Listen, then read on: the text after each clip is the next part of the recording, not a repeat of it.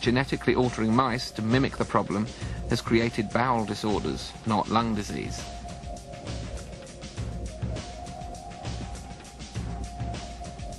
So, despite the promises, no miracle cures are in sight. The only way we're going to cure the diseases that plague mankind is through human-based research or technology. The animal experiments are totally irrelevant because the species differences between different animals are so vast in every field that you cannot apply the results from one species to another. You cannot apply the results on a mouse to a rat or vice versa. You cannot apply the results on one type of mouse to another type of mouse. And you certainly cannot apply those results from a mouse to a human being. Using animals as models for human beings in research and in safety testing and in drug development has meant that we have sometimes got the wrong answers, that there are medicines that might have been useful in people but were poisonous to animals and so they weren't developed. I think it means that toxic chemicals have been used because they appeared safe in animals but weren't for humans. And I think it's delayed medical progress. Animal experiments are not predictive for what will occur in human beings. There is no one animal or combination of animals that gives you the right result a majority of the time. You might as well flip a coin.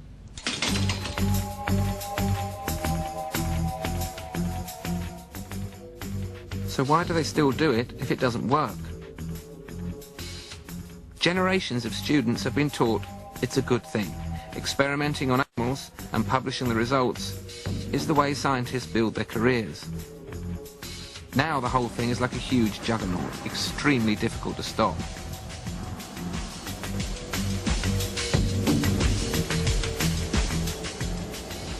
One of the main reasons for vivisection is money. A huge industry of researchers, cage manufacturers, animal suppliers, feed producers, and instrument makers profit from it. Pharmaceutical companies do it because it's the easiest way to get approval from regulators for new products. And they do it because there are huge profits to be made from drugs. They've built fortunes on animal experiments. Why would they want to change?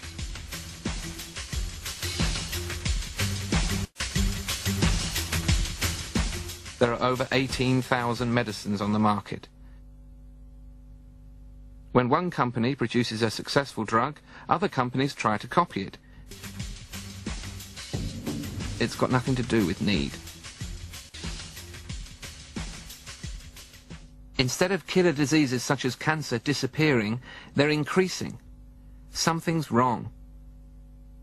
If you're a senior scientist and you've spent your life, your professional life, putting electrodes in animals' brains, and somebody like me comes along and says, now I want you to stop doing that and learn all about brain scanning and study human beings, well, that person is going to say, but hang on a minute, I'm an expert in what I do. You're asking me to go back to the classroom. There's a whole movement to keep animal experimenting alive, I think, because there are a lot of livings that depend on that for a start. There are a lot of academic careers that depend on it. There's a lot of vested interest in terms of direction that people have promoted animal experiments, and to try to say now that that might be wrong would be a very painful decision to make. The drug companies obviously are there to make money, and to make money they have to introduce new drugs. Universities, pharmaceutical companies, drug suppliers, people who sell the actual mice and rats and dogs to the laboratories, many people profit from animal experimentation.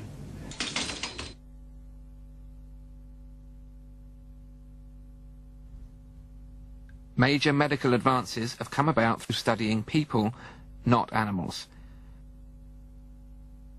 Sewerage, clean water, and decent housing transformed Britain and did more to lower death rates than all the drugs and vaccines put together. It was done by studying how people lived and improving their living conditions. It's called epidemiology. That's how the link between smoking and cancer was established, by studying smokers, not forcing animals to inhale tobacco smoke. Our knowledge of heart disease, cancer, and AIDS also came from studying people's lives. We didn't need animal experiments to tell us that environmental pollution causes ill health. Most big killer diseases can be prevented, but the search for cures soaks up almost all the available money. Only a tiny fraction is spent on prevention. Another important way of learning about disease is to study patients who were ill and under treatment. These are called clinical studies.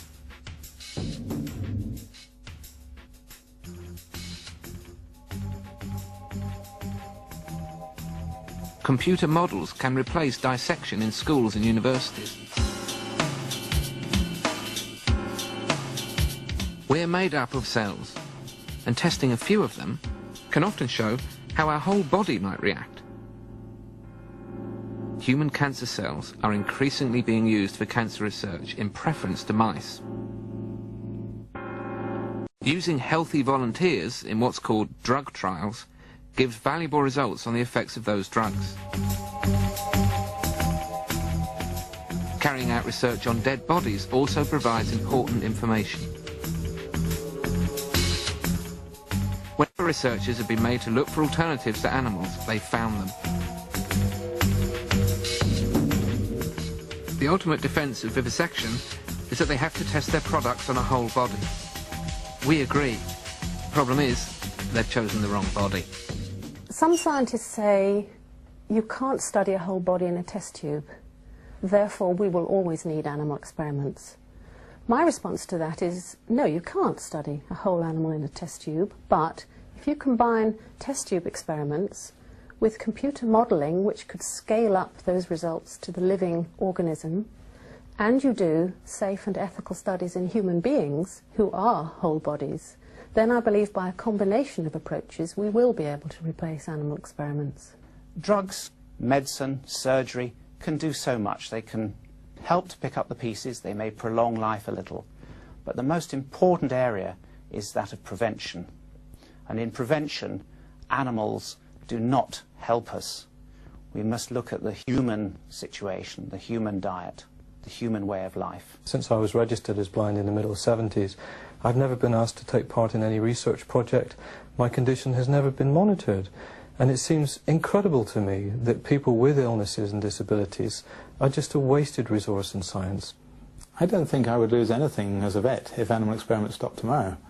I would be personally very comforted. I would feel much more comfortable about what our human race is doing to animals. But I don't think I would suffer as a vet if it stopped. When I see people with disabilities being used to promote vivisection, it makes me very sad. Animal research has been conducted looking into the causes of my condition, RP, for over 70 years now, the first experiments taking place in the 1930s. And here I am in 2000, still waiting for the promised cure. From a scientific perspective, animal experimentation simply does not work. Animal experimentation does not help human beings who are sick get better. Animal experimentation does not help prevent disease or cure disease. The life of an animal is just as important to it as your life is to you. It doesn't want to be caged, hurt and killed any more than you do. It isn't a choice between animals and people. It's a choice between good science and pointless cruelty.